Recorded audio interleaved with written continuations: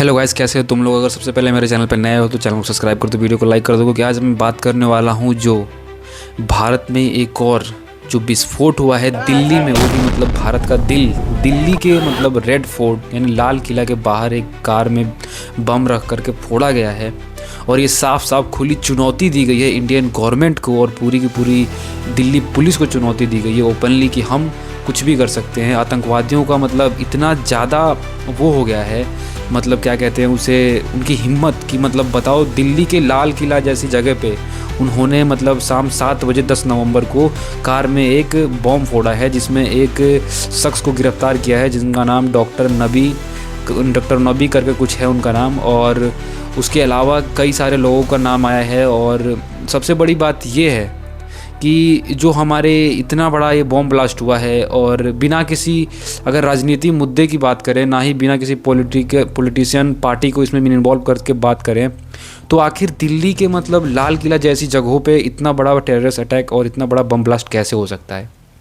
दूसरी चीज़ ये कि लोग ये भी कह रहे हैं कि इसमें मतलब ये पक्का जो बीजेपी का हाथ है, या फिर कांग्रेस ने करवाया है, या फिर किसी और पार्टी ने करवाया है। हिंदू मुस्लिम के बीच में लड़ाई करवाएंगे इसको लेके, कहेंगे मुसलमानों ने कर दिया, और हिंदुओं को मतलब कि डराने के लिए, या फिर कुछ भी। तो सब कुछ इस साइड रख के अपना दिमाग लगा के एक बार ज़रूर सोचो कि आखिर ऐसा क्यों हो रहा है कि मतलब कि दिल्ली में मतलब पहले तो बीजेपी सरकार में पुलवामा हमला हो जाता है, उसके बाद से अभी कुछ दिन पहले कश्मीर में हमला हो जाता है, जिसमें मतलब कि टेररिस्ट ने मतलब ऐसा पहली बार हुआ पूरा हिस्ट्री में कि ऐसे टेररिस्ट आए जो कि मतलब नाम पूछ के मार रहे हैं कि मतलब आप हिंदू हो या मुसलमान हो, आधार कार्ड देख के मार रहे हैं। और अब मतलब कि दिल्ली रेड फोर्ट यानी लाल किला के बाहर एक कार में बॉम्ब रख के और कार को उड़ा दिया जाता है, और लगभग 10 लोगों की जान चली जाती है।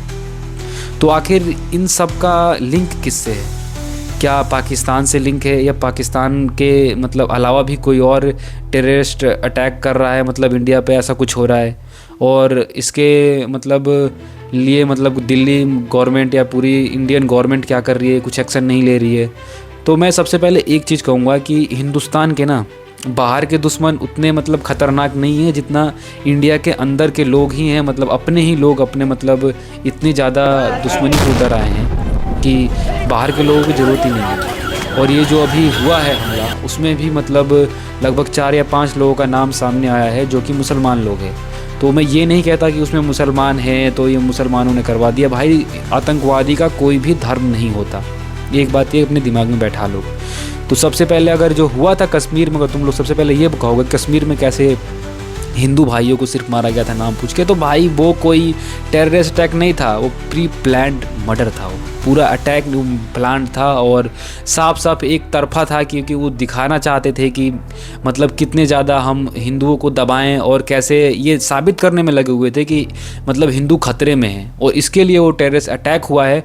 और पूरा मतलब उसका मतलब कट्टा चिट्ठा जिसे कहते हैं गवर्नमेंट के पास है, लेकिन वो पब्लिक के मतलब सामने नहीं लाए गए। पता नहीं क्यों हुआ, बस एक छोटा सा मतलब एयर स्ट्राइक कर दिया पाकिस्तान के ऊपर, और जो भी हुआ वो सब पता नहीं क्यों हुआ, जो ऑपरेशन सिंदूर हुआ। और पाकिस्तान मतलब अपने करतूतों से बाज फिर भी नहीं आया, और अब दिल्ली रेड फोर्ट के मतलब इतने मतलब भीड़ भाड़ वाली जगह पे एक ब्लास्ट करके उन्होंने ये साबित कर दिया कि उन्हें इंडियन गवर्नमेंट का मतलब डर नहीं है, और डर ख़त्म हो रहा है। क्योंकि अगर इंडियन गवर्नमेंट का डर होता उनके दिल में तो शायद ये गुस्ताखी कभी नहीं करते, मासूम लोगों की जान लेके।